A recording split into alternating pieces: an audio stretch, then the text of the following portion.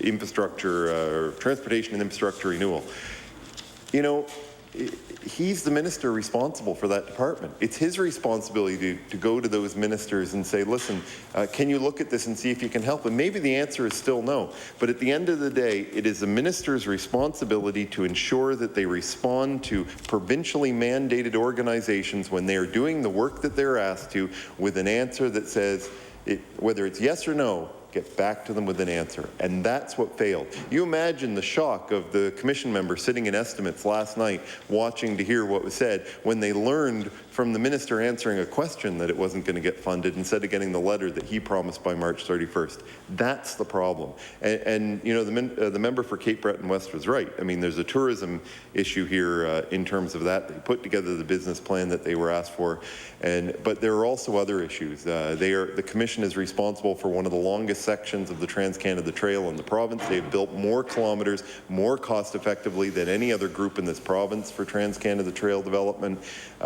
They've been seeking for some time for the provincial government to address the easement issues to make the last few links so they can finish it to Truro. Mr. Speaker, they are doing a lot of work for very little money. They were involved in putting on the ICF Canoe Championships last year, which was very successful and watched by 60 million people around the world. I mean, this is a group that's doing a lot with very little. They're achieving a lot, yet you know, the very job that they are mandated to do under legislation by the provincial government, they are not being allowed to achieve because they can't get answers from the own department. You know, the best I can say for this government on this issue is the fact that at least the minister has met with them a few times when the last government wouldn't even arrange a meeting with the minister. You know, but that is a small step, a very small step, and if that's how we're going to have to measure success, it's going to be a long way for not only them but for many other groups around the province as they try and get work done on behalf of their constituents. Mr. Speaker, I hope things change. I hope that the Commission will receive that. I hope the Commission will receive a response from the minister to their business plan that the department asked them to do, and the last thing I hope that they will do is there are 6 vacancies on the Canal Commission at the moment, you know, and whether the NDP chooses to fill them with NDP appointees or choose choose a variety of people, that's their choice. But the fact of the matter is the Commission is also in a point of view where they can make executive decisions but can't make full Commission decisions because these vacancies have sat for so long and weren't even advertised until this morning. You know, and that's the thing that has to happen. You can't let vacancies on these commissions that have mandated work to do to sit for that long. Mr. Speaker, the Minister of Finance, who I know has been trying to kayak the entire canal, and the Minister of Natural Resources both have the list of 9 things that are free for this government to do that they can move ahead on. I hope that they will move on some or all of those items, and I hope that they will move to respond to the Commission on their business plan. And finally, I hope that they will fill those 6 vacant positions on the Commission, so at least there's some move forward. Even though we've lost one opportunity, let's not lose any more. Thank you very much, Mr. Speaker. Thank you, Honourable Member. I'll now recognize the Honourable Member for Hants West. Thank you, Mr. Speaker, and it's great to have a few minutes today to speak on a couple of issues as we go into supply, and I think it's only fitting that we're talking a little bit about the dollars and cents, some of the new tax issues that have been brought forward. And Mr. Speaker, over the last number of days I've had calls, and yesterday a very busy day in constituency with people dropping into my office, and even again this morning I'm away and the phone ringing about the issue of tax. How are we going to survive with 2% more tax? And the government saw fit to travel around the province and spend a few dollars, and I guess it costs money when you're traveling all over the province and trying to host these meetings. And I even had in one of my last conversations this morning with a businessman, a very intelligent man, I might add. He left me a message, and we spoke a lot. Yeah, we spoke yesterday, we spoke recently, and we'll be speaking a lot more. But he wanted to know how it was that these meetings could be held and we could walk away with such a high percentage of people thinking that it was okay to add 2% to the tax rate. Well, he doubts that very much. businessman, like I said, a smart guy, an engineer with a huge, huge, huge corporation, both provincially, internationally, doing business. And, you know, we talked a lot about that over the period of the last little while, and how could this possibly be, and what does that mean, more importantly? Well, Mr. Speaker, to the small business community, I spoke yesterday to a guy who owns a music store in town, Willard Wood. Him and Edgar Card are co-owners of Mo's Music, and about 8 or 9 years ago, they opened the store up, and they've done, you know, I think fairly well with the local sales. They've probably done some of the bigger stuff, and Willard asked me yesterday, he said, what am I going to do at the end of this year when I'm probably not in business anymore, because the 2% is going to have a huge, huge impact, because people will not be able to afford to spend 2% more on an instrument. In case anyone doesn't know, I'm sure there's a few musicians around here, instruments are very, very high in cost, regardless. They're not cheap. They're not $20 and $30 and $50. These items are quite expensive, and you know, if you were to go out and buy a decent guitar today, you could pay anywhere from $1,000 probably to $3,000 or $4,000, $5,000. Add 2% more on that. People are going to stop buying those things. They're going to wait. They're going to hold off. They're going to hope for better things. More importantly, they're probably going to leave the province and go somewhere else and buy it. They're probably going to go to the U.S. They're probably going to go to another province in this country, perhaps over to New Brunswick where the rates are cheaper. Even online now, you can shop for just about anything online. They'll be looking for the deals, and the point of this is they're not going to be supporting our local businesses. Willard passed me on an interesting new phrase yesterday, one that I hadn't heard for some reason before, but locavore, which means people who shop local. Support local business as much as they can. Costs a little more to go to the bigger industries like the Walmarts, and what can't you buy at Walmart?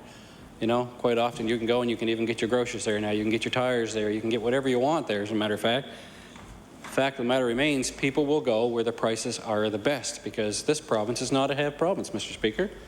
We continue to struggle along. The jobs are not big paying jobs as a rule, and here we are again, we're adding 2% more tax. People want the best deal for their money. There's this philosophy that you can drive maybe from Windsor to New Minas and go to Walmart and buy it $5 cheaper, but what did it cost you to get there? That piece seems to be missing sometimes, and we don't focus enough on local. Local is not just about buying produce and farm goods, huge piece. Over the last number of years I've been here, Mr. Speaker, we've heard a lot of the discussion around buying local campaigns related to the farming industry, which is a good thing. I think that there's been some uptake on that, and we see people who are very concerned. I think that everybody is actually very concerned about the local, but do they actually act, and do they buy local? Well, I know that we try to buy just about everything local. It may cost more. We'll buy, you know, whatever we can buy, as local as we can buy it. If it's available, we're looking to buy it there.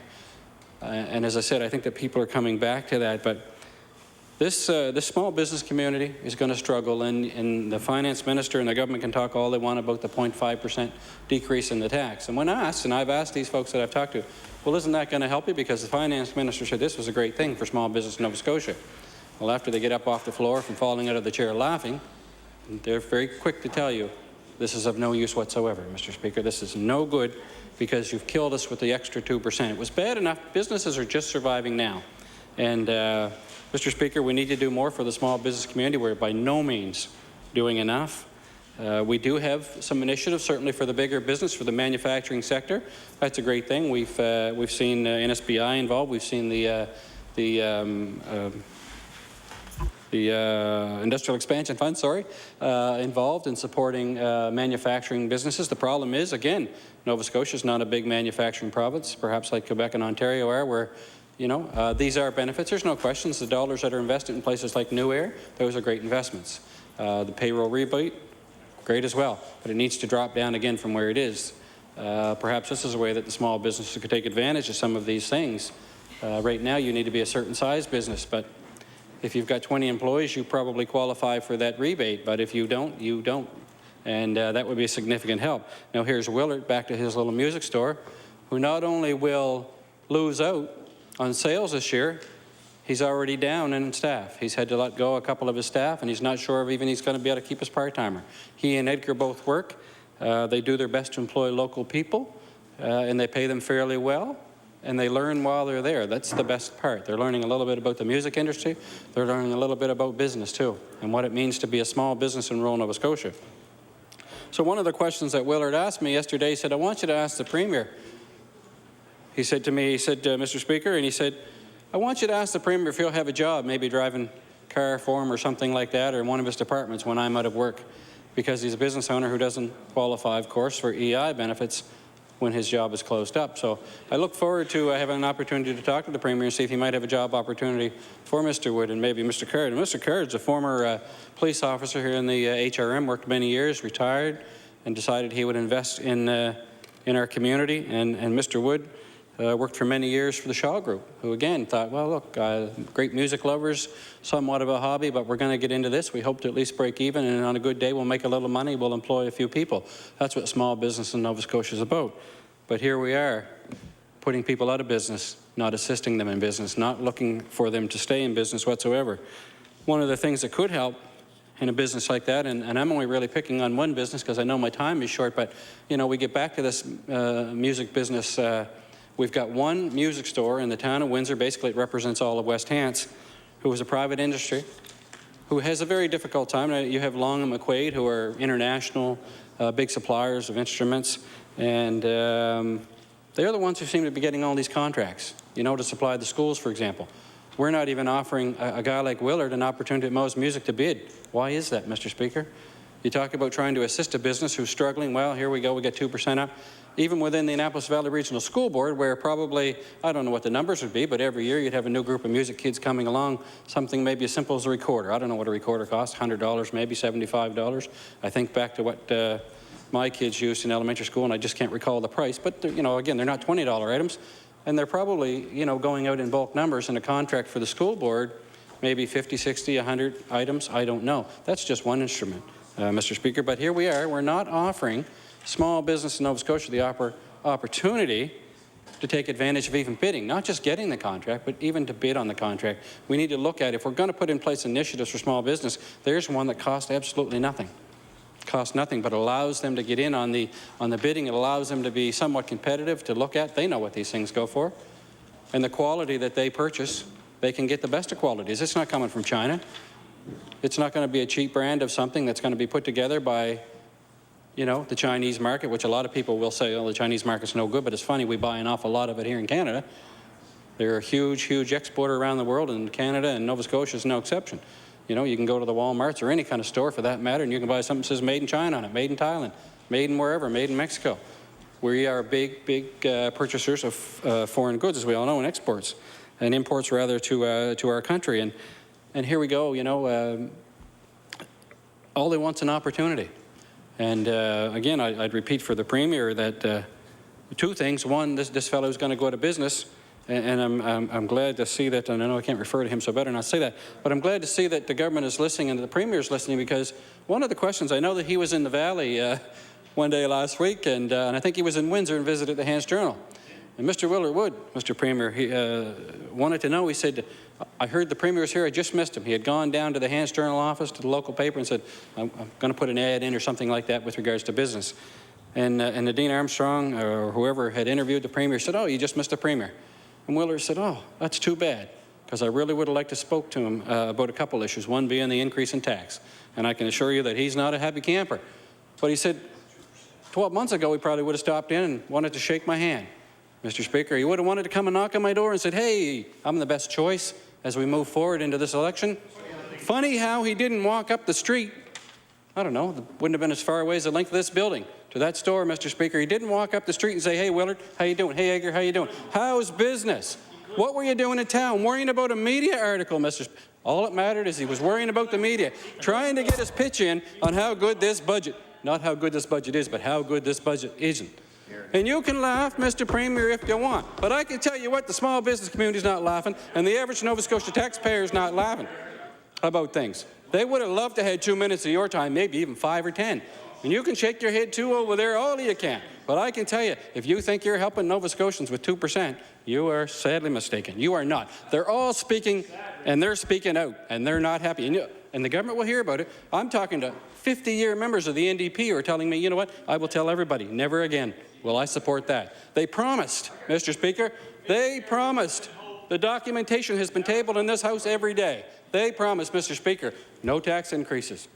Hold her now, didn't July 1st, it's in print now, tax increases. Well, sir, Mr. Speaker, people are not happy. The business community will suffer. They will go out of business. Willard Wood and Edgar Card at Moe's Music are struggling along to make ends meet. And Mr. Speaker, I hope they make it through the next 3 or 4 years. They're asking, what do we got to do to have an election right away? That's what they're asking, because they want rid of what they've now got. And there's a lot of people. I'll tell you what, Mr. Premier, you can argue. Great. I'd debate this all day with you. Ask people. Yeah, defend this. Yeah, sure, you can defend it. But they're looking back now, and they're saying, what a mistake we've made. And what gets me, what's most interesting is all of these people that supported the NDP for years, hey, let's give them a chance. Well, you know what? That's democracy. Nothing wrong with democracy in this province. Great. We gave them a chance, and now they're being burned. And that's just how they feel. That's the reality of Nova Scotians, Mr. Premier. You can say that's not true. Come on with me down to Windsor and talk to Mr. Wood and Mr. Card, and they'll tell you what's true. Come on down and talk to a couple of your other 50-year supporters in card carrying. Check your emails. I'm getting them. I know that you're getting them. Don't sit there and tell me that's not true. We know what's true. Yeah, Yarmouth. Well, yeah, Yarmouth's a whole different story.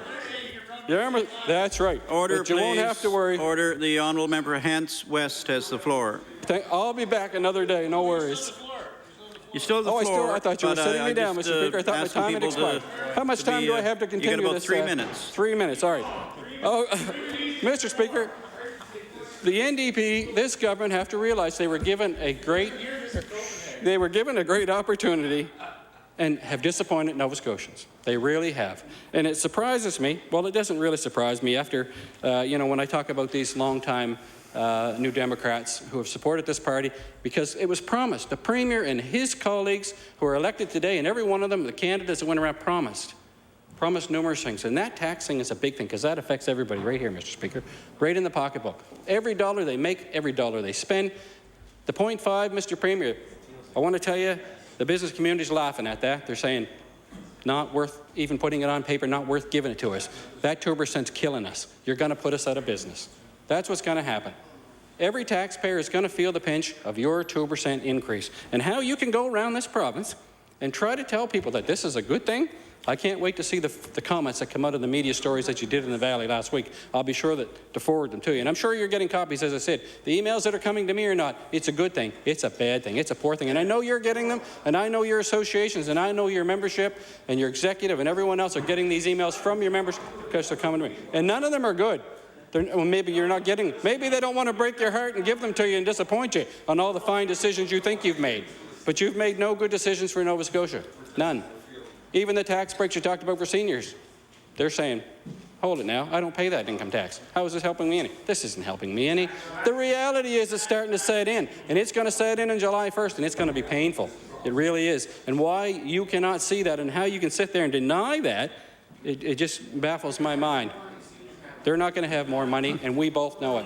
They're not going to have more money. And the average working man and woman, the middle class working poor in this province are having nothing. They're going to pay more for everything. Simple as that. They're going to pay more for everything. You've been nothing more than what we've seen elsewhere. It's the tax and spend philosophy. We're going to continue to see it, Mr. Speaker. This government has to step up, make some changes, and support the people here in this province. Taxes, taxes. What tax are we going to see next year, Mr. Speaker? More taxes. Wrapping it up. Unfortunately, again, as I said a few minutes ago, Mr. Speaker, I want to thank you for the opportunity, and I will be back to harp and go on some more with the Premier and debate this further. Thank you very kindly, Mr. Speaker.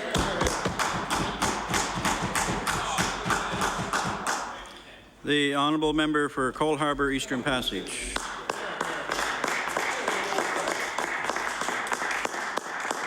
Thank you, Mr. Speaker, and it's certainly my pleasure to rise today and offer a few comments on debate on supply. It's always a pleasure to take a few moments to speak of the people that we represent here in the legislature, the people that we represent in our communities, and certainly the good people of Cole Harbour and Eastern Passage. Mr. Speaker, I know that you know, and I know that all members of the House of Assembly know, that working here in the chamber during a House sitting is only one part of the role that we roll out as MLAs. Much is happening in our constituencies, and I'd like to take a few minutes just to talk about some of the things that are still going on while we are here making good decisions with our government. But I had the pleasure yesterday of attending an announcement with the good Minister of Community Services at the Nova Scotia Community College Harbourfront campus. And Mr. Speaker, I'm not sure if you recall, but early childhood education, child care is very near and dear to my heart. It is an experience that I had the pleasure of being an owner-operator in the community of Eastern Passage Preschool for a number of years. So to be able to be part of an announcement that is such good news for so many families, for child care providers, for this industry, was a real pleasure for me. Our government, and it's indicative of where we're coming from as a government, as a party. Our government cares about the future of our children. They are our destiny. They are the most important valued assets that we have, and we have to think clearly and approach things strategically and, yes, in a balanced way that can create a positive opportunity for them in the future. And these announcements that I had the pleasure of hearing with the Minister yesterday are part of that. $15 million annually, Mr. Speaker, to license full and part-time child care facilities is good news. Good things are happening in this province, Mr. Speaker. And that's just one example of what our government is doing, and I'm so pleased and proud to be part of that. Mr. Speaker, owning and operating a child care facility in Eastern Passage before I became an elected official it was a benefit that I bring to the legislature that I know that so many of my colleagues bring different experiences, and that's what gives us as a team the balanced ability, the ability to have good dialogue about where this province is going. And and to offer this industry, these families, the children in their care, an opportunity to give them tools and resources that they can use to be the best that they can be is positive. This money will help centres recruit and retain talented and caring people to care for our children. The Minister's announcement of 400 new child care subsidies and the elimination of fees for families and grants for new child care providers is good news that will allow more parents to meet the needs of their families, Mr. Speaker. They'll be able to access quality child care, which in turn allows them to engage and be part of good jobs in Nova Scotia. Our minister recognizes, Mr. Speaker. It allows them to work in gainful employment and help relieve some of the financial pressures that they face. And Mr. Speaker, many of my colleagues on the opposite side have addressed, and it's their job to bring to our attention some of the challenges that our families face in Nova Scotia. And it's awfully easy for them to sit there and tell us about all the difficulties that they might have. And I just want to make a note, just because it just happened very recently about the concern around small business, I wonder if I should draw attention, Mr. Speaker, to the fact that it hasn't been since 1992 has there been a decrease in the small business taxes for small business in Nova Scotia, and we've done it. We've brought that forward.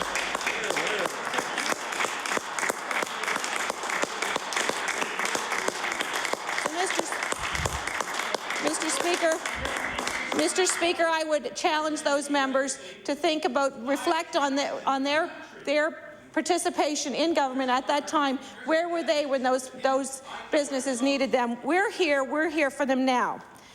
Around the experience that we had yesterday, I do want to draw attention that, my kids are all late teenagers now, and the minister and I were actually able to sit down with these preschoolers and the young people and draw dinosaurs and talk to them. But the message that we gave to them, and that the child care providers and the parents that were there and the children was so positive. I'm just so proud to be part of it. Another thing that's happening, and you can't help but notice, Mr. Speaker, out there in our roads, that business is moving forward. Our spring rate restrictions have just lifted. Trucks are on the go. They're everywhere. They have heavy equipment is out there. Eastern Passage, for instance, I know has a large contingency of industry, of families that are providing for their families through heavy equipment, through development, through road construction, and it's out there. And our province and our minister and our government right now is moving forward with the money and the infrastructure money that is allowing for these roads to be repaired, and we have families working. there are drivers and heavy equipment operators, and there are good things happening on our roads that will benefit the families that are in our communities, and Eastern Passage and Cole Harbour is no different. The things that are happening in our communities are all over Nova Scotia, but particularly the Eastern Passage. Some of the very positive things are things like our a conversation that I was able to have yesterday with community people that have been working very hard on a memorial to the fishermen, the fishing industry that is very much a part of the heritage and culture of the Eastern Passage and Cole Harbour area. We had a very dedicated community group, Mr. Speaker, that has worked for the last couple of years on a memorial, a monument dedicated to people who have lost their lives, fishermen who have lost their lives through the industry, and it's been sitting in a storage container, and I have to thank the former government for participating in some of the funding required to get that monument up and going. But we finally feel like we're at a point where we're going to get that monument in the ground. It's very positive. The community as a whole are looking forward to the unveiling of it. And that's an indication of the kinds of communities that we have in Nova Scotia. Eastern Passage, Cole Harbour, all over. There are dedicated people who are willing to step up to the plate, work with their communities, work with their stakeholders and their partners, including government, and get good things happening in their community, and that's an example. Our Volunteer Firefighters Association took the helm on that. Scott Wheeler, Larry Varon, and a few other dedicated community members have worked tirelessly to see that come to fruition, and we're very, very close. Another important aspect of, I think, priorities that have come forward to me, not only as an MLA, but prior to that as a councillor, was community safety and crime prevention. And I want to focus on that because it has been a priority of and an advocacy that I have been a part of for a number of years, even before becoming an elected official in the community. And the recent decision around at Halifax Regional Municipality around remaining with the status quo of RCMP policing services within our communities was a very, very positive decision. We're very pleased to hear that, and I commend Halifax Regional Municipality for moving forward with that. But our Minister of Justice, Mr. Speaker, recognizes that the citizens in Nova Scotia and the provincial support regarding community safety and crime prevention is a priority. Our Lighthouse grants, for instance, Mr. Speaker, are proof positive of this. In February, 15 organizations across this province received grants from the Department of Justice. The funding helps organizations provide recreational, educational, and cultural and skill programs for our youth. We all know, Mr. Speaker, that everyone in our communities, when you have youth that are at risk or potentially involved in something negative, we want to give them opportunities, we want to give them alternatives, and this kind of funding can do that. So I believe our government, as does our government, the key component to crime prevention is keeping them away from negative influences, substance abuse, peer pressure, and violence. Positive alternatives, Mr. Speaker, and the Lighthouse program is doing just that. It's helping communities achieve those goals. Mr. Speaker, communities across Nova Scotia are doing their share. Eastern Passage has a community safety office that is receiving some funding to help continue to operate that through a program, again, through the Department of Justice. These are just a couple of things that our minister, our government is doing for better and safer communities, for a better life for Nova Scotians. Seniors in our province, we all know, are important. We know beyond a shadow of a doubt, everywhere we turn, we all have people in our communities who are in need of support, help, quality of life, and our seniors, of course, will be benefiting from the budget announcements around tax reduction, low-income and low-income seniors. The recent funding from the Department of from Positive Aging, a positive aging fund for our Ocean View Manor Snow Zellen room, which I recognized here in the House as within a resolution, is one example of that, Mr. Speaker. Now, the type of room that this is providing at Ocean View Manor. Ocean View Manor is a long-term care facility that provides tremendous care to many residents, not only from the local area, but from other areas of the province. But in this particular room will offer a therapeutic tool for residents with physical, cognitive, and sensory disabilities, Mr. Speaker, a room that will assist in the treatment of a variety of age-related illnesses. Certainly it will help many qualified staff and administration at this Ocean View Manor do their job, which is providing the highest quality long-term care in this province. Our government is helping make this happen, Mr. Speaker. Our government I'm proud to be part of. And I could probably go on and on, Mr. Speaker, about the good things that are happening in my riding of Cole Harbour Eastern Passage. I have four communities essentially in my riding. Cole Harbour, which I have the pleasure of sharing with the Honourable Premier. Shearwater, which is an area associated to 12-wing Shearwater base. The Eastern Passage area, and then the Cow Bay area. All have unique identities. All have tremendous community spirit, volunteerism, community engagement, all have varying aspects and assets that they're proud of. The Cole Harbour area, of course, we have our own Sidney Crosby, which we're all proud of, and I think the whole province gets to share in the aspect that he's like the boy next door, so he feels like he's one of our own. I'm no different. On the night that we won the Olympic hockey, I was with my mother, and she ran around the room with a Canada blanket on. That's my Sydney, and I was not unlike her, as I'm sure there were many, many people in Nova Scotia doing the same thing, and we feel like he's our own, and that's the way it should be. And I know that he leaves Nova Scotia after he's had a visit. He leaves with strength that we are all there behind him. Mr. Speaker, there are so many parks and trails in my riding that I speak specifically of the Cole Harbour Parks and Trails Association, which connects the Shearwater Flyer to the Bissett Road and the Saltmarsh Trails. And then we have the beautiful McNabbs and Lawlers Island, both of which have community groups that are dedicated, passionate, and give of their time and energy. Kathy McCarthy from the Friends of McNabbs, for example, and Holly Woodall and Jim Tudor from the Cole Harbour Parks and Trails Association.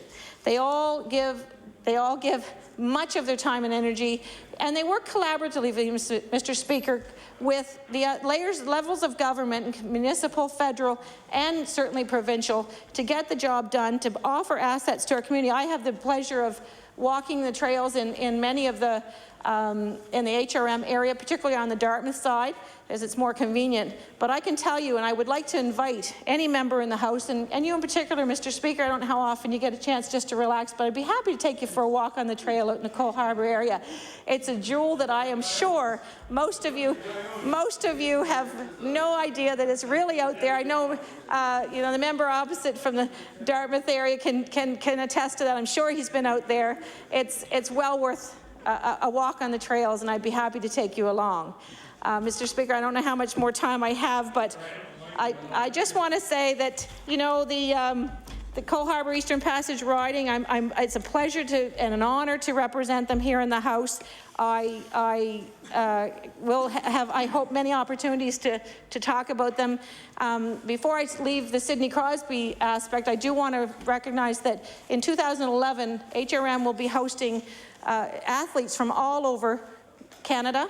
And I'd just like to put out a word of encouragement for people to get involved. In order to provide an event like that, to let our young athletes become the shining stars that they aspire to, that they want to, we need your help. So volunteering, being part of it, I think is so important, and I ask you to step up to the plate. There are so many jobs that you can do, big and small, and it's all a tremendous help to shine the light on Nova Scotia. All eyes will be on it, Mr. Speaker, and we will provide a venue, we will provide an event that is second to none and in Nova Scotia style, with smiles and lots of energy. So I thank you for that, and I hope that you'll take the time to understand what aspects of our government that we've rolled out a balanced approach to providing for Nova Scotia in a way that is about the future. Thank you, Mr. Speaker.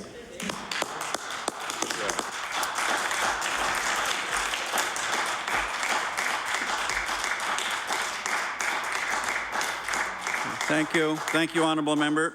Motion carried.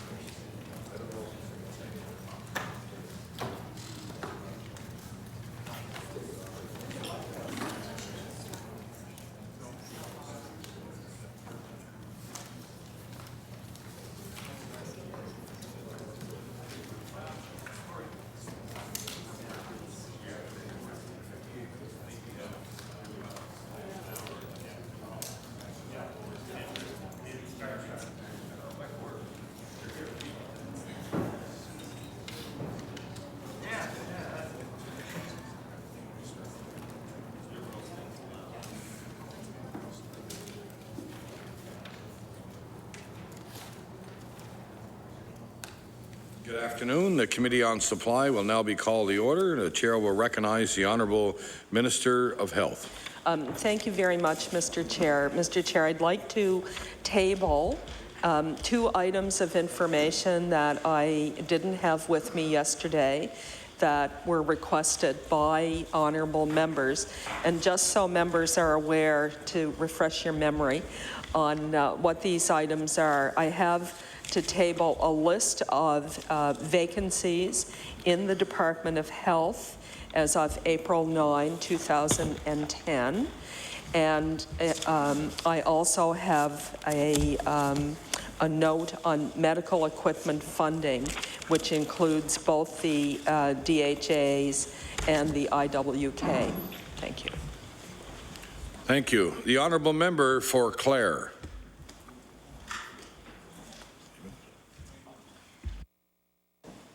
Thank you, Mr. Chair. I'm pleased to rise this afternoon and ask the Minister a few questions. Mr. Chair, I have a few questions regarding to the continuing care strategy. As the Minister is aware, many rural areas of our province has an aging population, and I understand that our area is not alone with a desperate need for more long-term care beds for the increasing numbers of elderly people who do not want and shouldn't be expected to leave their community. Unfortunately, Mr. Chair, Clare did not receive any new additional beds in round 1, where 832 long-term care beds were announced by the previous government back in February 2007. Also, Mr. Chair, back at that time, back in February 2007, the former government also announced an additional 500 beds for 2015.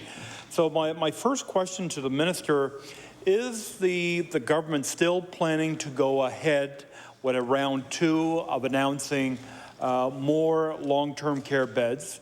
And if so, can the Minister indicate when the government is planning to make a formal announcement with regards to the second round? The Honourable Minister of Health. Thank you very much, Mr. Chair, and I want to thank the honourable member for the question. The honourable member has been in the chamber the last few days when I've been answering questions about various long-term care projects around the province. And I've said on more than one occasion that there'll be a bit of a party in the Department of Health when we're able to bring those last projects to completion. We're still working with a number of small operators, for the most part, to try to move their projects forward. For example, the honourable member from Argyll talks about the long-term care facility in his constituency, Nikhil, for example. And so the continuing care strategy is a strategy over a 10-year period, going forward to about 2016, I believe. And there was an initial announcement for 800 and some beds, and then another number of beds was added to that. And so in all, we will see construction of 849 beds. And it's well underway. Many of those beds are coming into the system. For example, Northwood in Bedford, I'm very much looking forward to this particular facility opening later this week, I think, Mr. Chair. So to make a long story short, we are still very much in the completion phase of phase 1. And until we have been able to successfully bring this phase to a conclusion, we are not about to embark on phase 2. We will probably take a bit of a breather to assess the process that we've just gone through, to look at its strengths and its weaknesses and to identify the unmet demands that continue around the province. And I know that there are unmet demands. I have had an opportunity to visit some of the small operators, for example, on the Eastern Shore. There is a place called the Birches in the riding of the honourable member for the Eastern Shore, and he and I were in this facility. It's a very old facility. The standards in that facility in terms of the physical plant is not what we would expect in a modern day long-term care facility environment. And I know that this is probably the case throughout the province. There are probably many small long-term care facilities that certainly don't meet the new standards in terms of the physical standards. So, but in terms of announcing the next phase, we're nowhere close to completing phase 1, and until we get the projects that we have committed to completed and do a good evaluation and assessment, I don't think it would be prudent for us to initiate a phase 2. However, we're always looking forward to the future.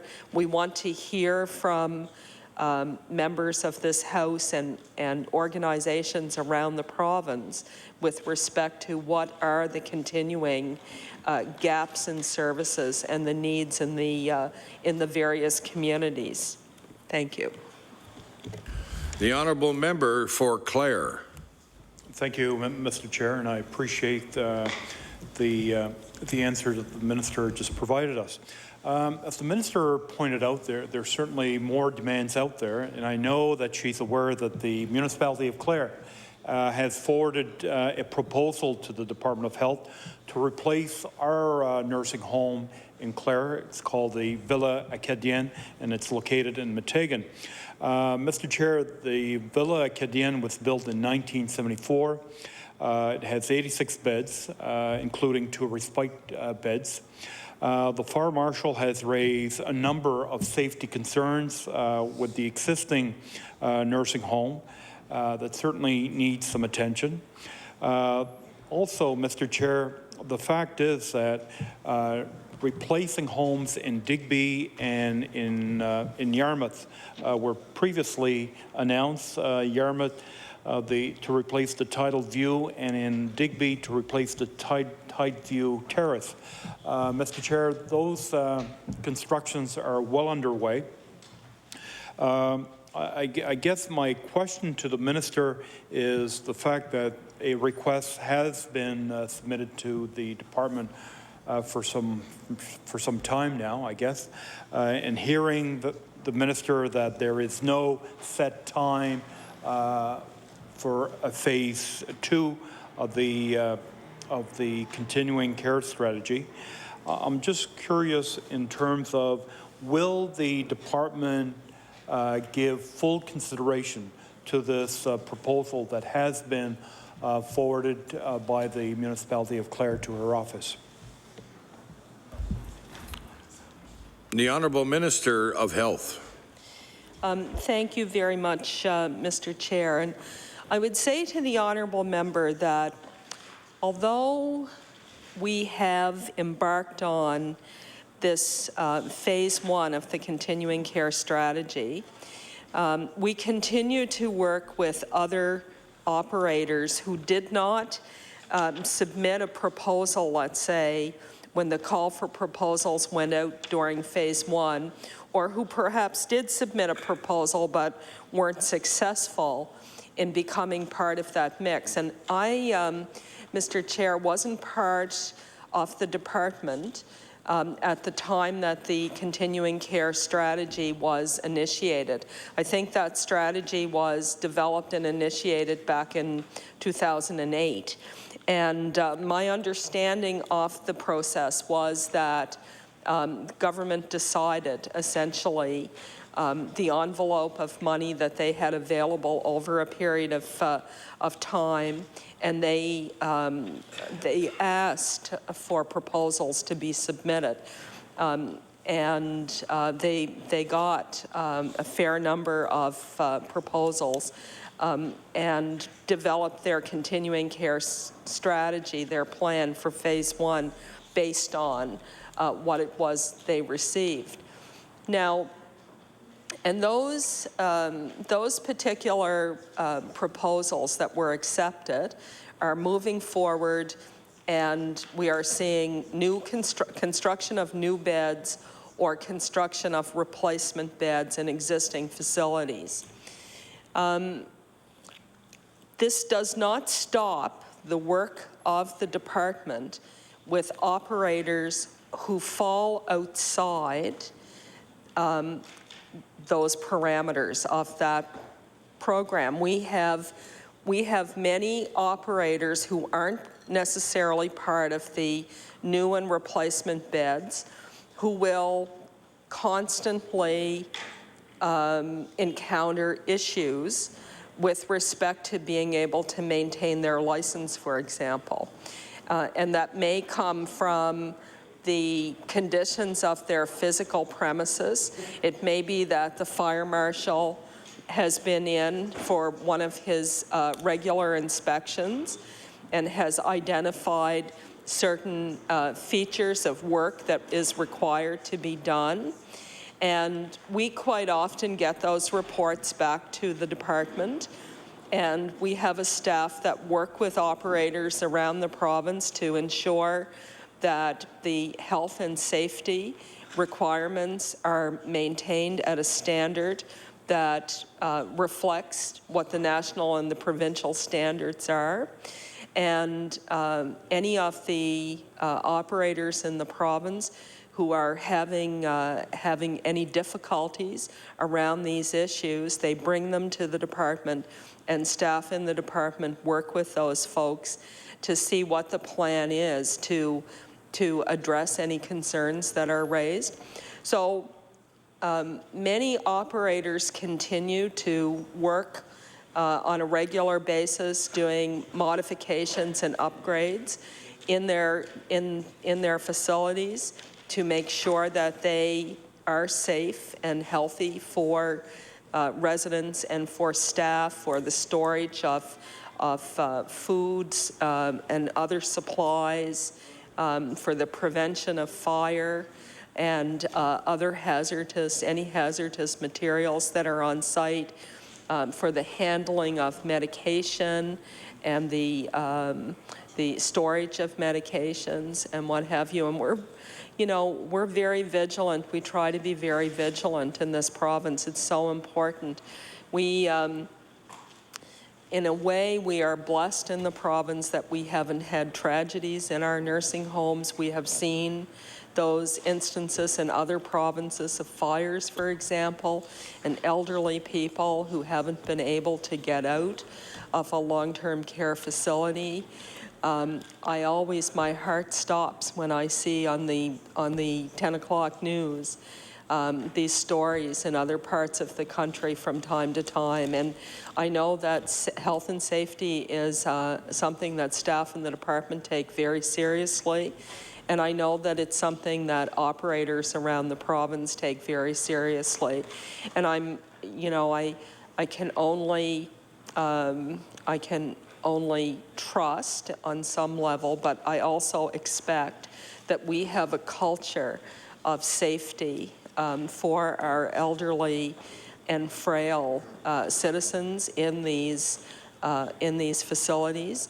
And I'm always very clear when the staff raise with me any questions that have been presented to the department about health or safety violations or potential fire violations, that I am very clear about what the law requires, and I impress on staff how we have to move forward with applying the law rigorously, the standards rigorously, that we document very carefully what steps we are taking, and that we are in constant communication with operators to put into place the plans and the recommendations to ensure that we are protecting people. That's our responsibility as a government. It's my responsibility as minister. It's our responsibility as a department, and we take it very seriously. The honourable member for Clare. Thank you, Mr. Chair. I'm just looking for clarification. The fact that the fire marshal was into this nursing home certainly highlighted a number of safety concerns. Am I to understand that it's automatic that the fire marshal will provide the department with a copy of his report, or is that left to the nursing home to bring these safety concerns to the minister's attention? I'm just looking for clarification, please. The Honourable Minister of Health. Thank you very much. The operator, the nursing home, brings it to us, and this is a condition for them to be able to get a license, maintain a license, continue on as an operator. The Honourable Member for Clare. Thank you, thank you, Mr. Chair. Mr. Chair, I want to talk a little bit about the first available bed provision within 100 kilometres. Placing francophone seniors or other individuals outside of Clare in a nursing home, certainly we need to acknowledge that there has been some progress made to current placement policy to allow French-speaking seniors to wait to be placed either at home in his or her Acadian community or near to. And basically, with the exception to the first available bed provision, again, Mr. Chair, without losing their place on the waiting list for placement. Mr. Chair, everyone understands. Everyone understands in order for bed to become available in a nursing home, a resident needs to be hospitalized or needs to be transferred to another nursing facility, or sadly, the individual passes away. Now, something that has been raised many times with me, and I still can't provide a straightforward answer, and I hope that the minister will be able to maybe provide us with a little bit of clarification. We have some seniors in Clare, Mr. Chairman, that are being sent outside of Clare for care. At the same time, we have residents from outside of Clare that are being placed in nursing homes in Clare. So recently, for example, Mr. Chair, at the Villa Acadienne in Meteghan, we had residents from Yarmouth, we had residents from Pubnico, we had residents from the South Shore. And at the very same time, Mr. Chairman, we had residents from Clare that were placed in nursing homes in Annapolis, in Digby, in Yarmouth. So certainly it would be a lot easier on both families to switch some of these residents to be at home or to be closer to their family. So my question to the minister is, why doesn't the department switch residents from nursing homes when the opportunity presents itself? I'm sure the residents would be happier to be closer to home. At the same time, I'm sure the family would certainly appreciate having their loved ones closer to them. So when I look at someone from the South Shore that's being placed in Clare, the family that needs to travel back and forth to visit, of course, if you could shorten that 2-hour trip to a 1-hour trip. So I guess my question to the minister is, why doesn't the department, again, when the opportunity presents itself, switch some of these residents from nursing homes to make them either bring them back to their community or closer to their community? The Honourable Minister of Health. Thank you very much, Mr. Chair, and the honourable member asked a very good question. It is, in fact, the policy and the practice of the department to, in the interest of getting the system to work as a system, to have people who require long-term care to take the first available bed that becomes available within a radius of 100 kilometers. And that, of course, is a policy that coincided with the development of the single entry system in an attempt to shorten wait lists and have one wait list, because in fact we had a situation where you might have prior to having single entry and one wait list, you might have an individual who would be on 4 or 5 different long-term care facility wait lists because the family had applied to, 2 or 3 different places. They had their first choice, their second choice, their third choice, and whichever facility had a bed that came up first, they might go to. But we had no way really to determine how many people were actually waiting for long-term care in that world. And the other thing was that people who, there was no ability to triage, to take people who really needed to get into a long-term care facility quickly without a single entry point. So people would also be in scenarios where they were in hospital in an acute care bed, and we couldn't get that bed open for people, somebody coming in through the emergency room or whatever, because they were on just a particular list for a particular home that they had applied for. So the single entry point, the first available bed policy, came into being to try to alleviate the pressure on the acute care system and to have the overall healthcare system work better for everyone. But in that process, what was lost was this ability to provide the option of first choice to the person who needs long-term care.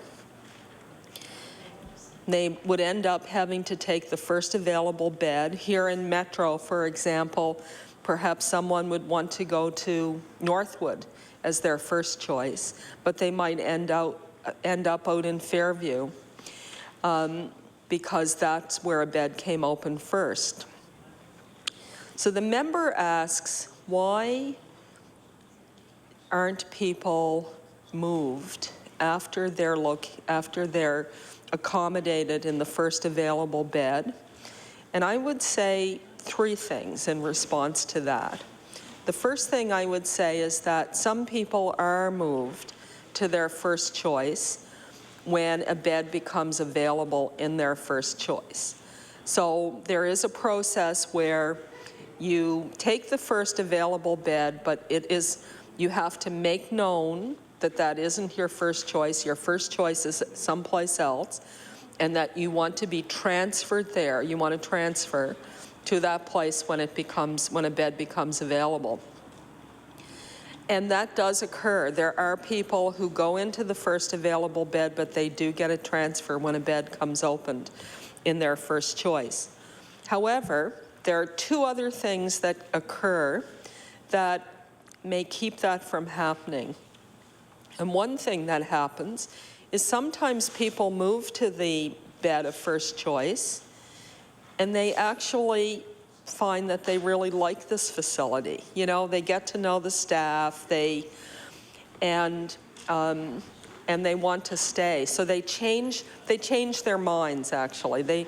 They or their families decide that it's more trouble perhaps than it's worth to go through a transfer and have another move.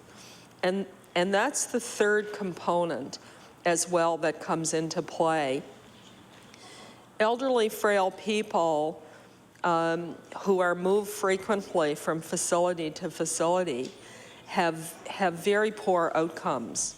It can have a very negative impact on the health of that individual. And the literature does show that the more you move an elderly, frail person, the more likely it is that you could contribute to their passing.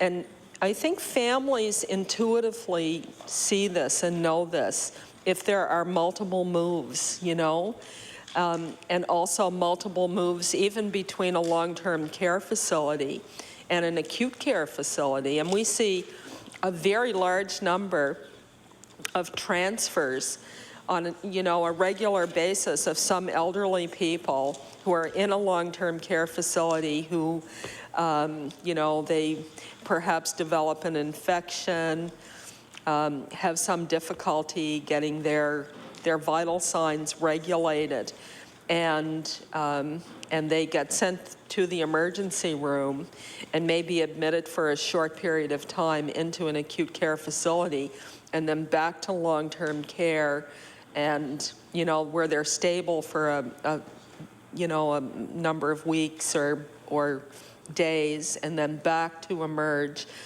And the more of that kind of transferring from location to location can have quite a negative impact on an elderly person, an elderly frail person.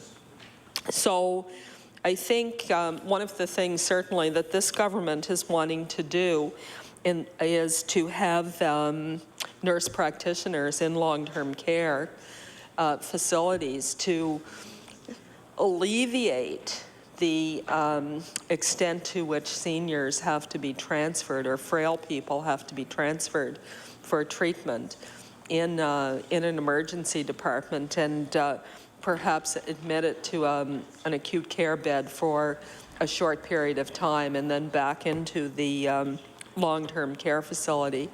And I think this will not only take pressure off the ERs, which we're hoping and looking for ways to do, but it will result in a lot less wear and tear on a frail person, because this is, it's a very difficult process. I just want to let the honourable member know that I've been advised by staff that to date the department is providing $92,000 to Villa Acadien to exist with the fire marshal issues.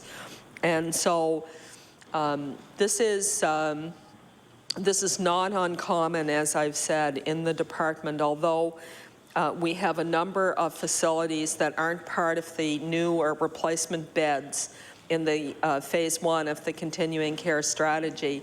It doesn't mean that we have no resources that we can bring to bear to ensure that other operators that aren't part of phase 1 are able to maintain the health and safety standards that are required, and that we want to make sure we have in place. Thank you. The honourable member for Clare. Thank you, Mr. Chair, and I agree with the minister. The some transfers are being done, but at the same time, when you look at the system, she mentioned about Norwood and Fairview. I'm talking about South Shore, the Bridgewater area versus Meteghan. It's about a 2-hour drive from one area to reach to the other. There is no doubt in my mind, Mr. Chair, that the system still has room for improvements. Yes, there's always exceptions. You have to take into account the individual's health, before you proceed with a transfer. So I hope that the minister will give some consideration to what I have shared with her. Mr. Chair, I want to finish by, I want to ask the minister one more question. When I look at the first round where over 800 new beds were announced back in 2007, very few very few new long-term care beds went to Acadian regions, you know, not just in Clare, but around the province. So, you know, apart from the beds that did actually were assigned to Nikhil, that's in the honourable member from Argyll's riding, you know, there was no other beds that went to Acadian regions. So I hope that the minister, when phase 2 comes about, she's aware there's over 40,000 Acadians in Nova Scotia, where the majority located in areas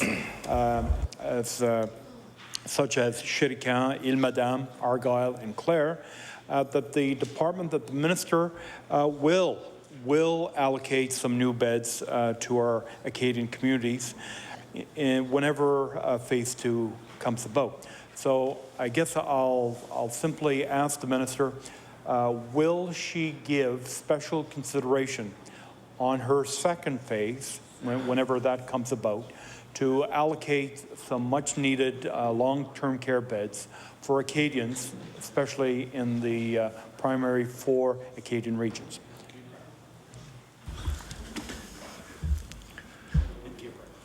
The Honourable Minister of Health. Thank you very much, Mr. Chair. And we certainly are concerned about addressing the greatest need for a modernized, accessible, community-based system of long-term care around the province.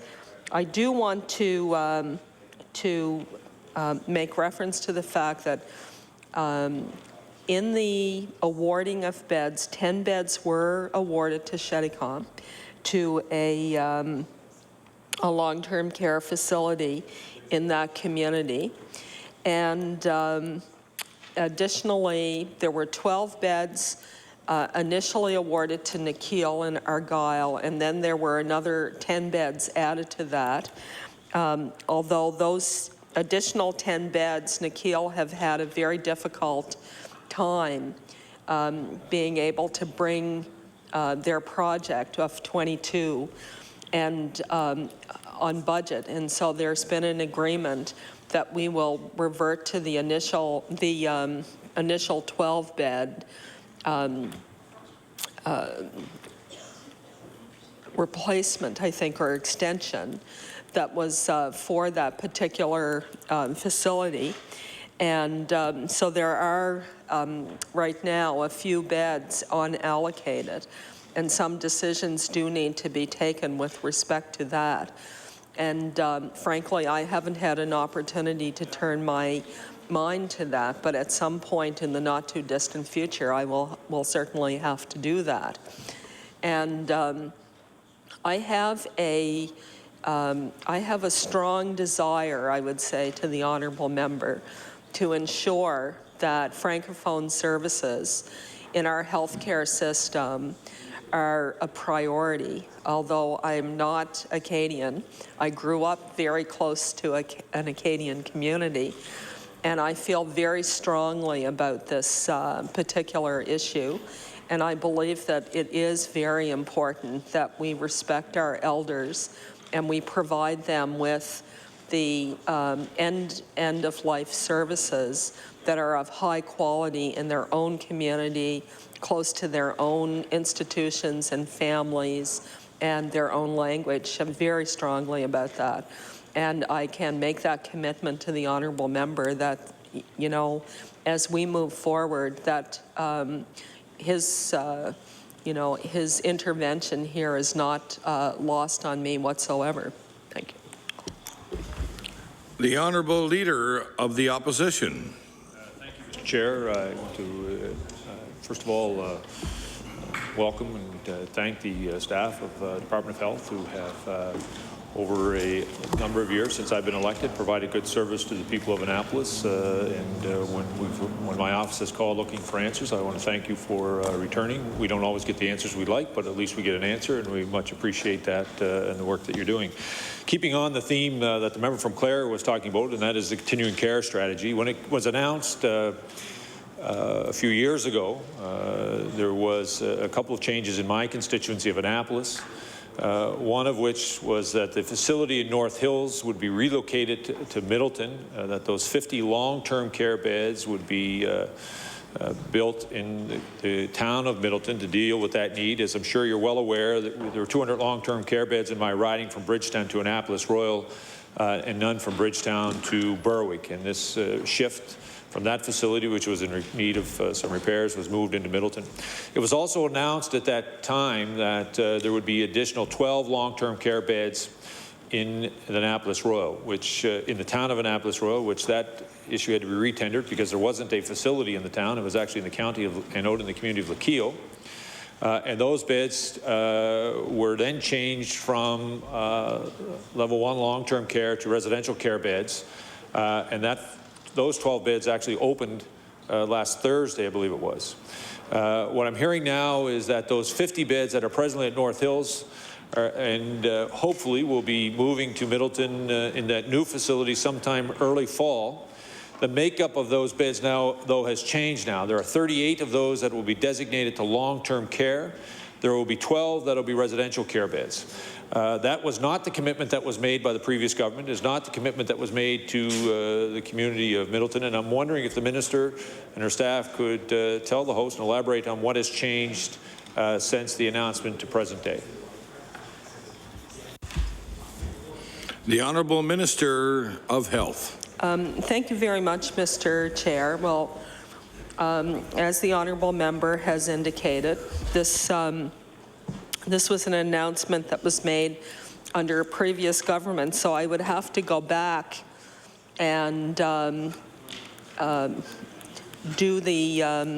a search and investigate what was announced by the previous government. But as of this moment, what I do know is that there is indeed a new facility that is being constructed in the Middleton area, and it will have 38 nursing home beds and 12 residential care beds, RCF beds, or I shouldn't say it will have 12 RCF beds.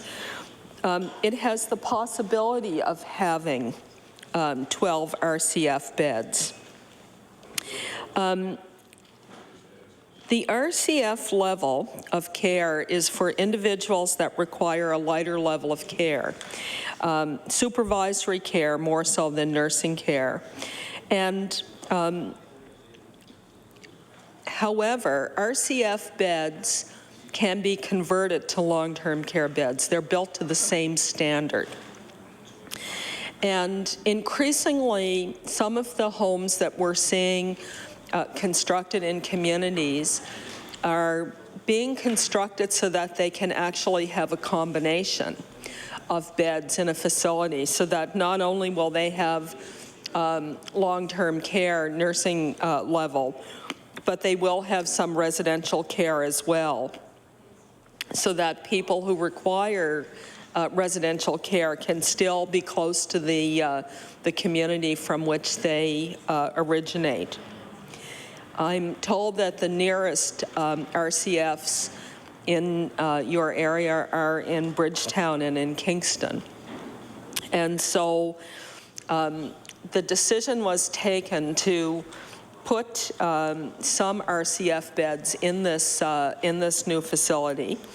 And at the end of the day, I guess we will have a better appreciation in September how many long-term care beds are actually needed in the community and how many RCF beds. And so what I'm saying is we know for sure we have 38 nursing home beds. We have the potential for 12 residential care beds. But those residential care, those 12 beds, have been built to a long-term care standard that, if required, they can be transferred in some fashion to have a long-term care designation. The Honourable Leader of the Opposition. Thanks very much, Mr. Chair. As the Minister is aware, now North Hills is full with the complement of those beds being filled with long-term care. Unless the assessment has changed those patients are going to have to go somewhere. And it was the understanding of the community that those patients would move into the new facility. As I'm sure you're also aware, that at Soldiers Memorial Hospital, there is a transitional care unit that has long-term care patients looking for long-term care beds. In my constituency, there are a number of private sector residential care facilities. There is one in Bridgetown, there's one in West Paradise, there's also one in Wilmot, which are all within the catchment area of Annapolis County. And the real challenge that we're having is in the long-term care bed piece, moving people from soldiers out of that transitional care unit into a long-term care facility, hopefully the one of their choice, and then allowing them to move about. I understand the strategy as it was put in place and the idea that we're needing to bring on these the 800 additional beds and looking what would happen with the clients that we presently have in beds, how many would shift back to their local communities. I'm wondering, since there was a change with the North Hills facility inside the department, what kind of criteria was used, or what was the stats that you used to make that shift even before it opened? It would have made more sense to me that once we had changed and moved those patients from North Hills into Middleton, then we could have really assessed that the clients that would be wanting to access that facility and the adjacent facilities around it, and find out whether or not we needed more RCF beds, or whether we actually indeed needed the long-term care beds that we believe we need, and those people who are waiting at Soldiers, in some cases waiting at home for that long-term care bed, I think would acknowledge and agree that it is required in that community.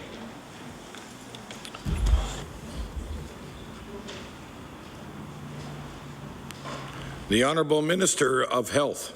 Thank you very much, Mr. Chair. I believe that the decision was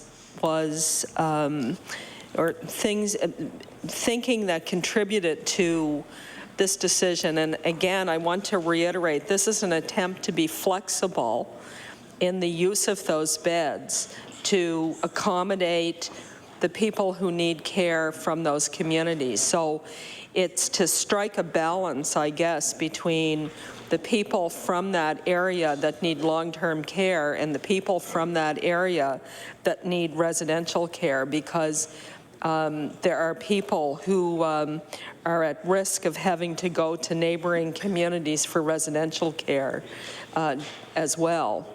And also, it is the case that we get people who need residential care who get stuck in acute care facilities or other facilities that are inappropriate for them. So it's it's an attempt to strike a balance there. And I would say that we always in the department make our decisions based on the evidence that we have, which tends to be data that we get from the district health authorities when they're unable to place people who are in a hospital, essentially. And additionally, from time to time, we have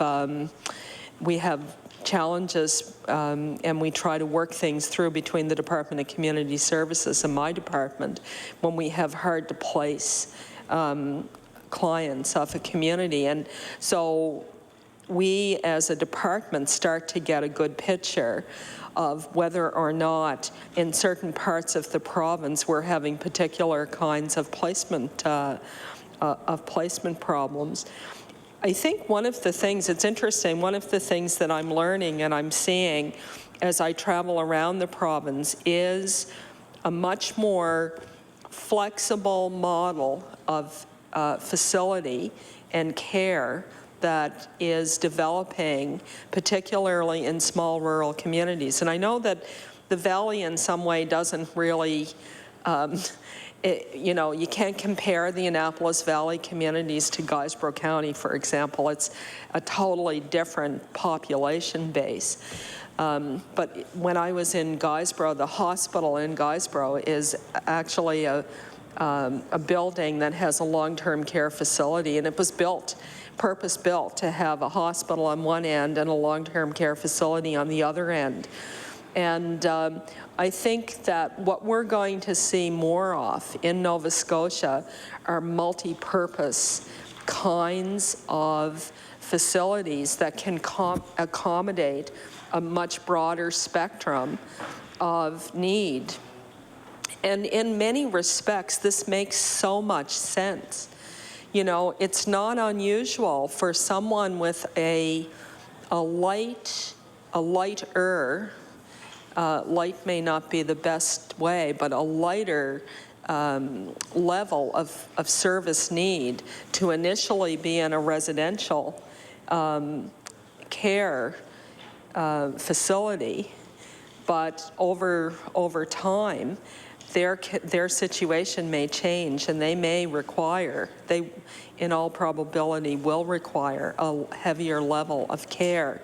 And so you get that kind of continuum, and you prevent moving people around distances and what have you. So I don't know what the statistical information was. I can go back into the department and ask, and I would be prepared to do that. But I can tell the honourable member that it would have been made on the basis of some statistical evidence, and that information would have come to us from the community itself. Thank you, Mr. The Honourable Leader of the Opposition. Sorry, Mr. Chair, I didn't want to jump ahead of you. Minister, I would ask you that if you would find that information and make it available. First of all, I want to also support your idea of aging in place. I believe it is a concept that we've talked about for some time, and I know that you've talked about on this side of the House. And indeed, all members of this House believe in that principle of aging in place. And there are a number of facilities now across our province. What's raising some alarm bells in the community, and why this was brought to my attention, was the fact that we're moving a facility of long-term care patients that has 50 in it, and we're concerned, that not only where are they going, and what's going to happen with the ones that are presently now at soldiers in the traditional care unit. So I would ask that you find that information and pass to me at some future date. Which has been another topic which has been quite hot in the riding of Annapolis has been emergency rooms. As you're well aware, Dr. Ross had created some anxiety in the community of Annapolis Royal, as well in the community of Middleton around Soldiers Memorial, but in Annapolis Royal seemed to be the one where he had gone through first, and a part of that was, I think, in connection with Digby. It was looking at all of those facilities. I know earlier in estimate you spoke about Annapolis Royal, there being a growing problem, and that is more recent, by the way. And it is associated in some ways with a physician challenge. As you know, one of the physicians, Dr. Ken Buckles, works presently in the Department of Health, and we miss him in the community of Annapolis Royal. But one of the things that has struck the community, as Dr. Ross had come through and was beginning to assess the emergency room, which I might add has been working quite well, it's not been lost on the community that the challenge in Digby Neck around their nurse practitioner, one of the solutions was to move Dr. Buckles on occasion to Digby Neck. And quite frankly, he has a number of patients in the community of Annapolis and in the surrounding area that are asking why, if the department is not requiring his services here to do the job that he was contracted to do around deficient physician advisor, and if you were going to send him back into community, why that community wouldn't have been his home community, the one of Annapolis Royal. That facility, as you're well aware, and Minister, I don't know if you've had the opportunity to visit it yourself, but I hope that you take the opportunity to do in the future. It is a model facility, in my view, that could be used across the province, and how we provide a complement of services to not only that community but other communities. There is a cohesive group of physicians that are working in that facility, not enough of them. And one of our challenges going forward has been around this issue of, and I know that Dr. Ross came out and said he would not be closing any emergency rooms. Well, that's not quelling the anxiety at home, because we never believed it was going to be closed. what the community believes is the hours are going to be reduced. And that's not the problem, quite frankly, in Annapolis Royal. The real challenge is the fact that too many people are going to the emergency room who shouldn't be going. Closing it is only going to drive them somewhere else. What we need to do is look at how do we redirect those patients and provide them another level of service, whether it's nurse practitioner, whether it's diabetic clinics. We had talked about it. I know in the recent move by your department and government around allowing pharmacists to have a wider scope of practice is a positive one. And it's one of the things that we need to look at all healthcare professionals and say, how do we not expand their scope of practice, but allow them to practice what we've trained them to do? And that's what we're talking about. They already have the skills there, and that happens in this community. One of my concerns is that we're focusing on the wrong piece, and the pieces of the emergency room and the lights, whether they should be on or off, when in actual fact, if we deal with the real problem, which is people going to the wrong place, it'll look after the emergency room problem, because people won't necessarily have to go. I mean, people are coming to Annapolis Road to have prescriptions refilled because they don't have access to health care. And I know that there are going to be some retirements from family physicians across our province. And the only real way that we are going to be able to deal with access to health care is through physician recruitment, making sure that communities have access to bringing in quality family physicians from not only across our province, but across the country and really indeed across the globe. In a recruitment strategy that will work. As you know, our party's put on the record of designating 20 seats at medical school to underserviced areas. But there are other challenges. We have young Nova Scotians who are going to the Caribbean, to Saba, to be educated. We're bringing them back here to allow them to fulfill some of their educational requirements. But when it comes to access to residency seats, we say no thanks.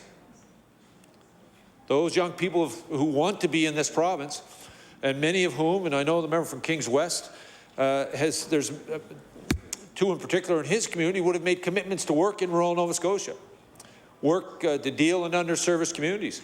But they're in the United States now. And it's going to be very, very difficult for us to get them back.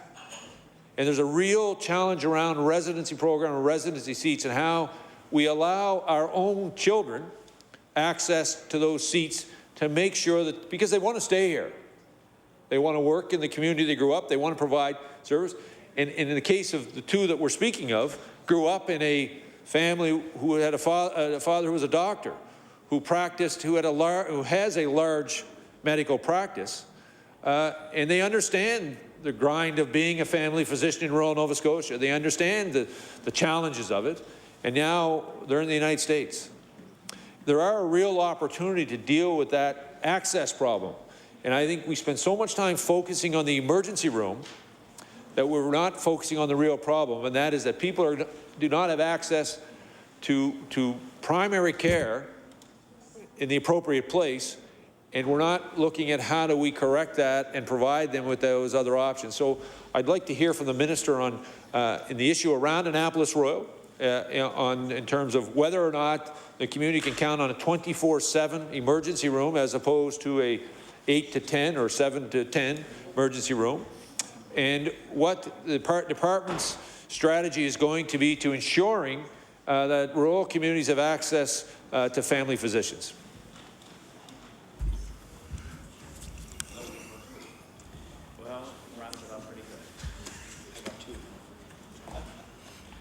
The Honourable Minister for Health. Thank you very much, Mr. Chair. And first of all, I want to concur with the honourable member with respect to Dr. Buckles. He's a, he is a fantastic individual and a very good physician. And we rely on him in the department for quite a few things. He was quite instrumental in terms of his role in providing leadership during H1N1 back in the fall.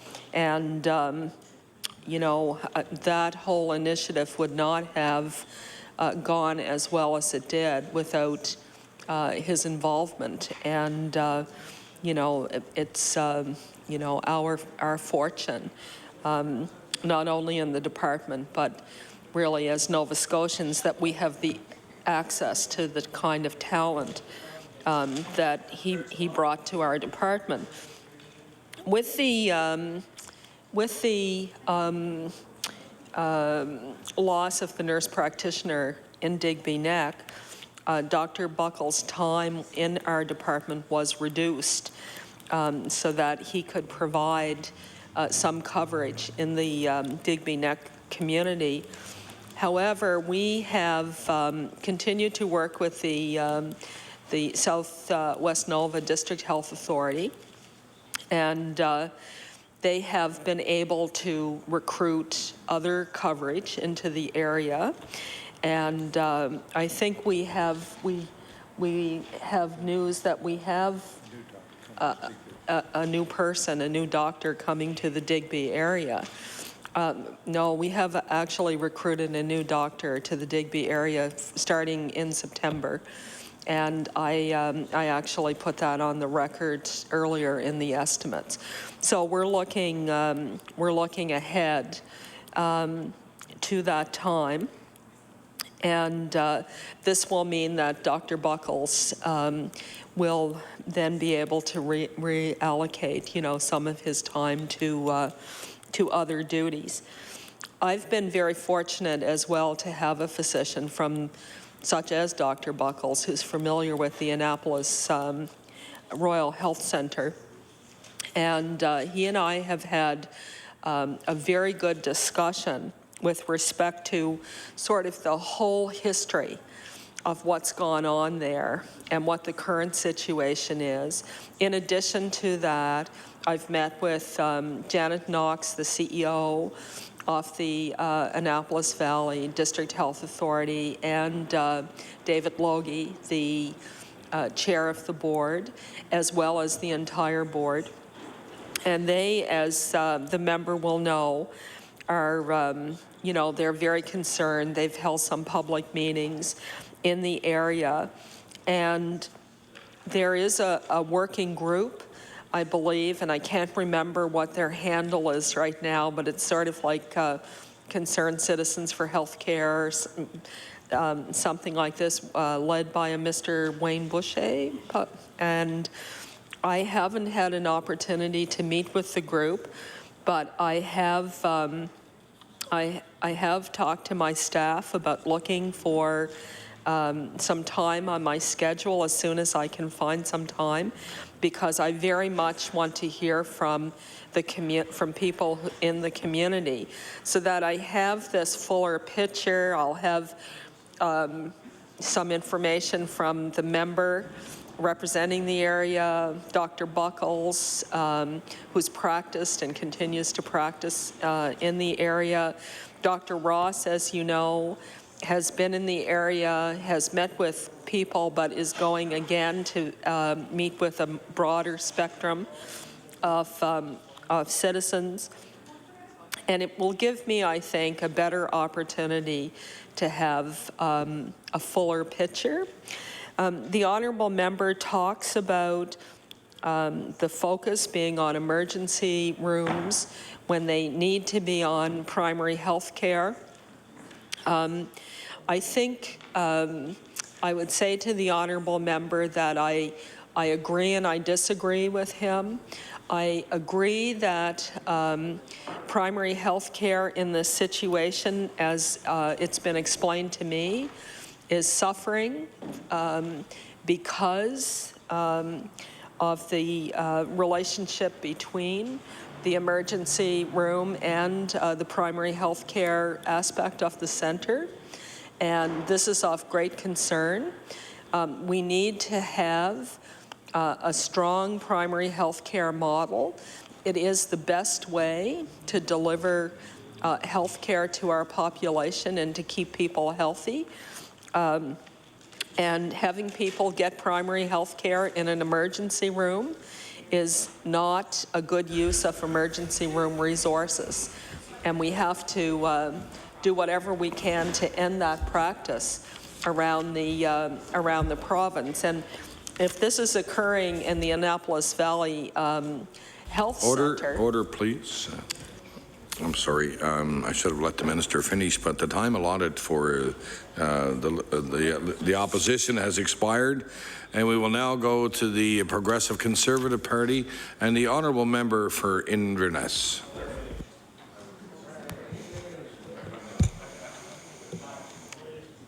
Thank you, Mr. Chair, and thank you, Minister, for entertaining questions today. I would like to start out by saying we have a couple of facilities, 3 in fact, that service the people of Inverness County. I'd like to start out with some questions on a couple of those facilities. The first question is the hospital in Scotia, the Sacred Heart. Would you be able to provide some update on the expansion of the nursing home facility there, and anything else that you might like to provide for people by way of an update on that facility? The Honourable, the Minister of Health. Thank you very much, Mr. Chair. And I'm just looking at my information here. I don't know what all I can tell the member. Let's see. There were 10 beds approved for the Scotia facility. And the information I have is that the anticipated opening date is June of this year. And what I would say to the honourable member is that you know, if there is any additional information I can get for him with respect to that facility, I will. I've noticed, one of the things that I have noticed in terms of these various projects is that you can anticipate your opening date, but you can't necessarily count on it. I know that the Northwood opening date has been rescheduled probably 3 times, but the times that it's been pushed back are pretty short. You know, we're not talking about anything more than weeks, so that it's to allow for those final small things that need to be done to have the facility ready to go. So because we're anticipating a June opening date, June the 30th actually, I think.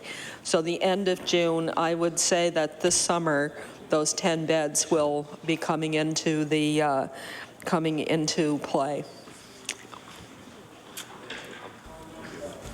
The Honourable, the member for Inverness.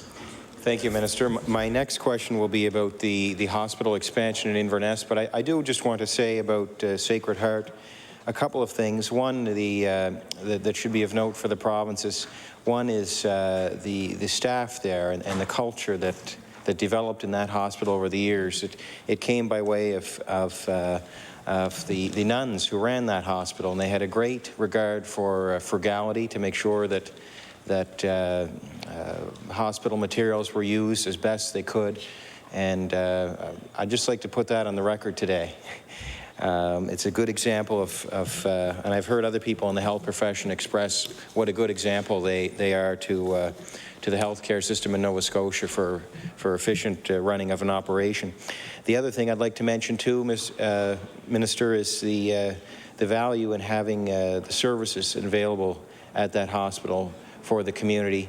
Of course, people that work at the hospital, most of them are from the community. Most of them are Acadian, most of them speak French, and that is important for people in that who perhaps are under care, or also who are staying at the nursing home. We are lucky to be able to have those facilities in the Scotia area, the Acadian region of Western Cape Breton Island. My next question, Minister, with respect to the hospital in Inverness is, could you give us some update and background on the cash flow of money that will be used to complete the expansion at the hospital in Inverness?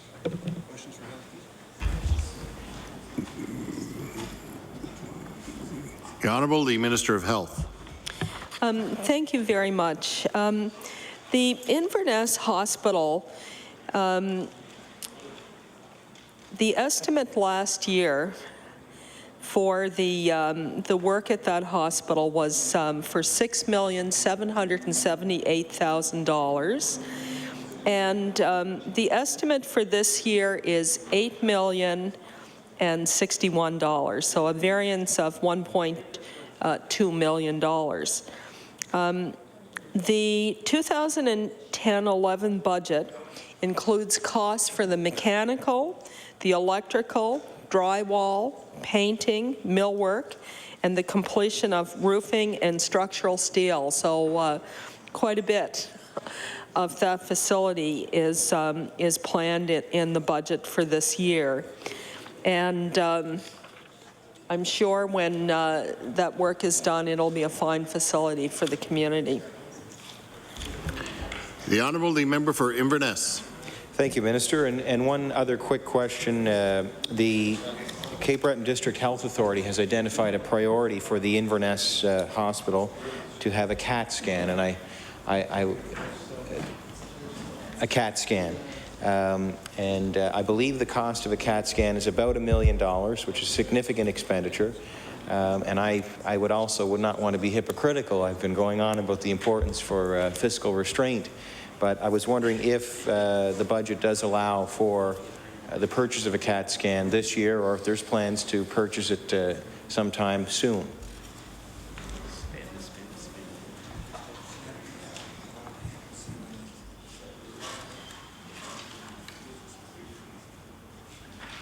The Honourable, the Minister of Health. Thank you very much. And I'm advised that that would be part of our equipment budget. And what we asked the DHAs was to give us their top 3 priorities. And they have done so, but we haven't gone through that process yet of prioritizing their priorities.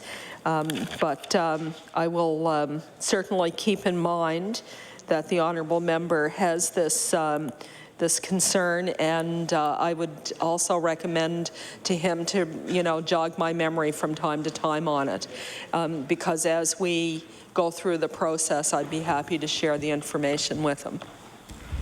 The Honourable, the member for Inverness.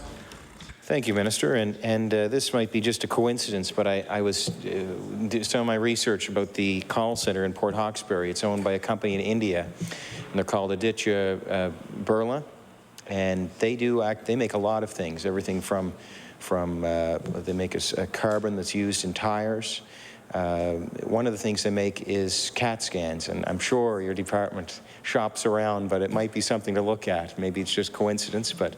And those CAT scans, interestingly enough, are for countries that probably marketed mostly in Asia, where they might not have the same tax base we have, so they might need to bring a product to market with a lower price point. And I just offer that as something to consider. It might be easier to purchase a model from a company like that. The next question I have, I want to ask a few questions around wages. For employees who work in our healthcare facilities, and what percentage of the overall health department budget would be allocated for wages?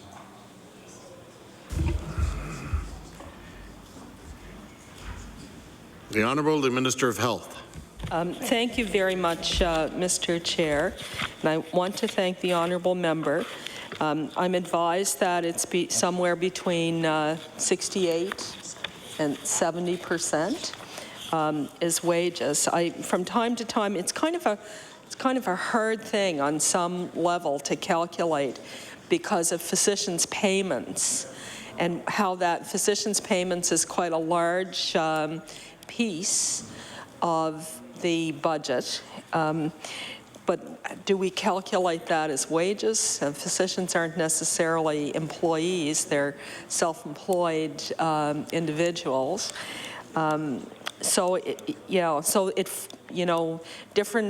Different ways you construct what it means in terms of wages will give you different percentages.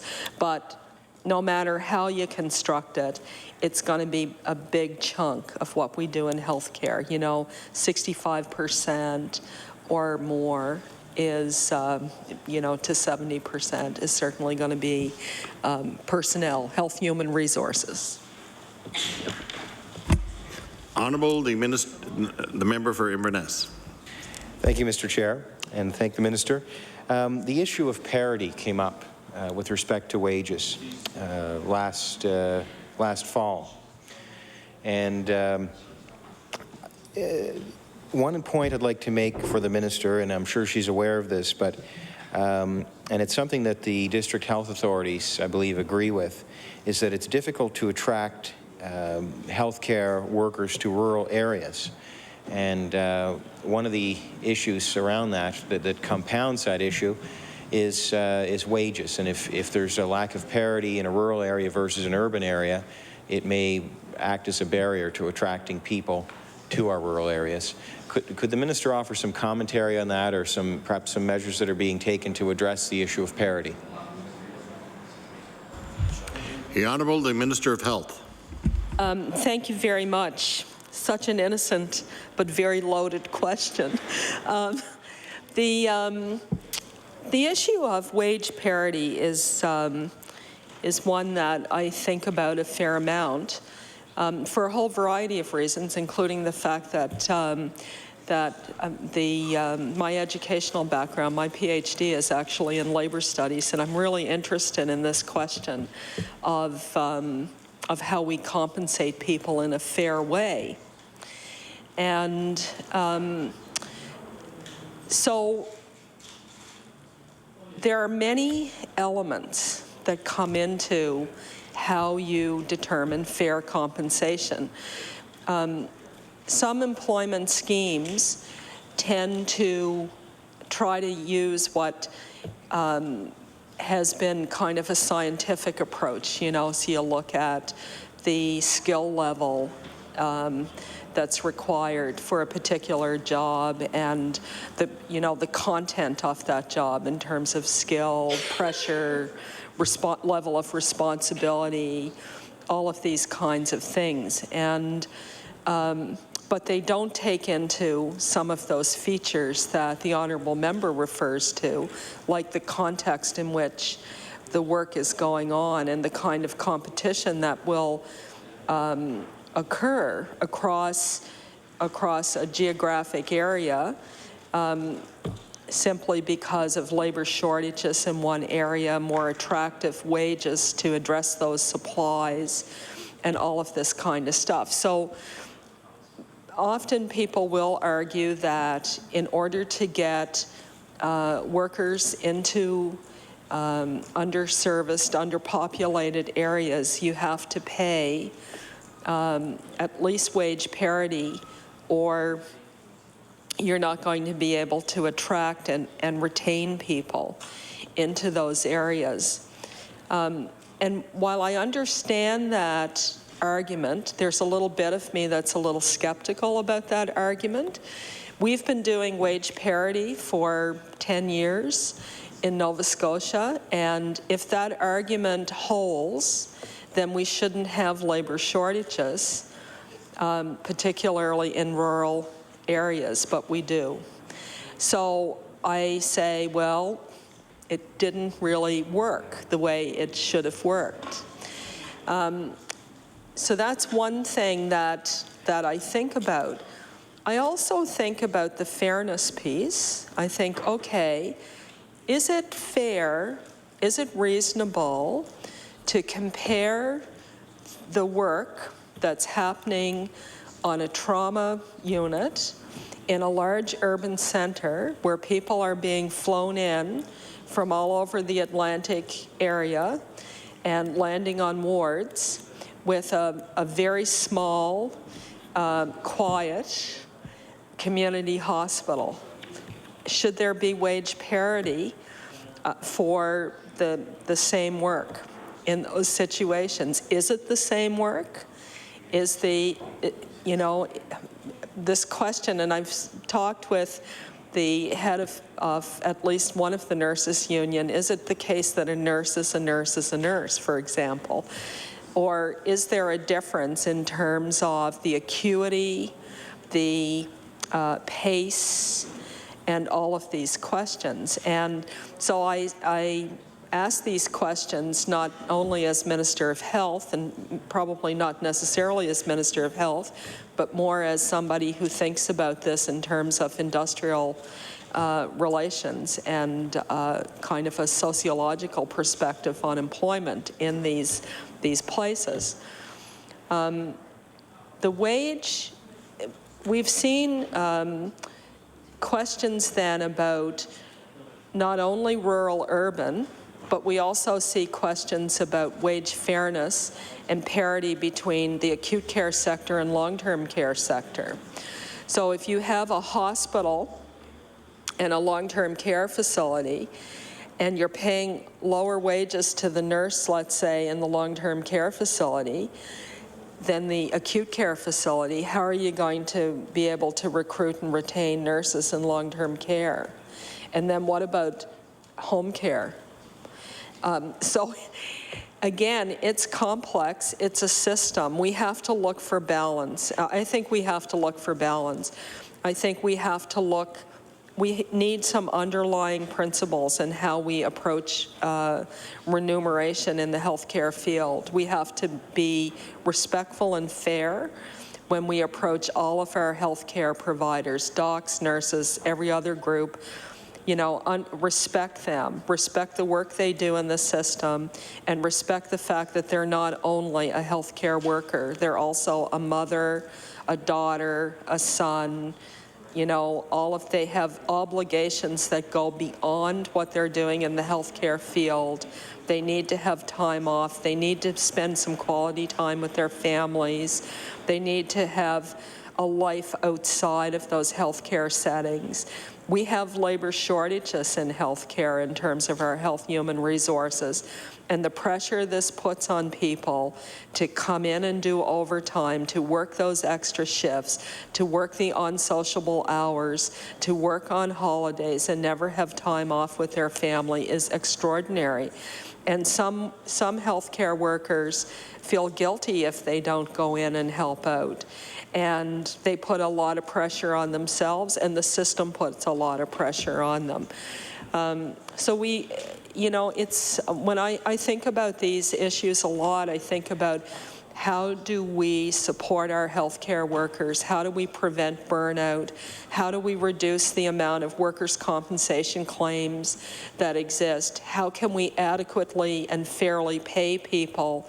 And how can we do all of that without breaking the bank in terms of the cost of the healthcare system? Because, go back to the first point, our healthcare system costs, the cost of healthcare is driven primarily by wages more than anything else. Anywhere between 65 to 70% of what goes on in healthcare is wages, and the rest is, you know, drugs, equipment, supplies, bricks and mortar. The Honourable, the member for Inverness. Thank you, Minister. And actually, that some of the things you were saying at the tail end of your remarks builds into my next question, and that was around quality of life workplace issues. Is there anything that the department is doing or is aware of that with respect to quality of workplace issues? Because for employees, it's not just how much money they make in their day for their daily wage, but also for at least 1/3 of their life will be spent at work, likely. And is there anything the department is doing with respect to quality of life issues? The Honourable, the Minister of Health. Thank you very much, Mr. Chair, and absolutely. I think that healthcare is being transformed now in a number of ways, some by design and some by happenstance. If you look at physicians, the number of physicians who are graduating from medical school for a number of years now are no longer male physicians. The number of women who are graduating from medical schools is about 50%. And this has dramatically changed the practice patterns of practitioners, and many female doctors they have other responsibilities. They have children quite often, and they are not prepared to work 90 and 100 hours a week like the old-fashioned family physician. So this is changing the patterns for that particular group of practitioners in our healthcare system. Additionally, we're seeing more two-physician households, and so this again changes the kind of demands on the system and the patterns of work in the system. And we, I think, as a we're still structured in some way. We've been structured as a Department of Health, and I don't mean just the Department of Health in Nova Scotia. I'm talking about probably healthcare right around the developed world is playing catch up to try to evolve into a model that accommodates those demographic changes. We still have that kind of industrial model that is a male family doctor who with a family at home who's able to work 90, 100 hours a week. And that just isn't the case anymore. And we have to come to grips with that. And I think one of the ways that we're doing that is we're looking at teams. We're looking at primary health care teams and expanding the way we deliver health care and using other providers, using nurse practitioners and practical nurses, advanced nursing personnel. Now, nursing itself as a profession has changed. And, how many times do I get stopped or you get stopped, Mr. Chair? I bet you every member of this legislature has probably been stopped and asked, why don't we bring back the nursing schools? And people often talk about, that this 4-year bachelor's program to become a nurse is really a serious problem, and it has contributed to the nursing shortage. And I'm not going to get into that debate here this evening or this afternoon. But, it is a very popular perception that this is a problem. And so you have now these highly trained, we invest heavily in training a nurse now in a 4-year Bachelor of Nursing program, and they have very, very high level of information and skills, and the pressures on them quite often are to provide a lot of documentation in terms of following the vital signs of a person and monitoring people's progress in an acute care setting, for example. And they don't come cheap. Nurses do. If you're going to have nurses who have 4 years of nursing education in a university and beyond that in some cases, then the wages are going to reflect a dramatic increase in the education that people have, and that has occurred.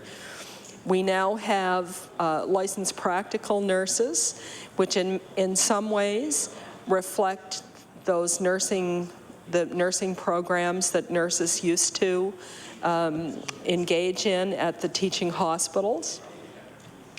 And we are seeing, I think, new models of care in our healthcare system where we're using different providers based on what their educational competence is and their scope of practice. And our healthcare system in probably 20, 25 years will be quite transformed.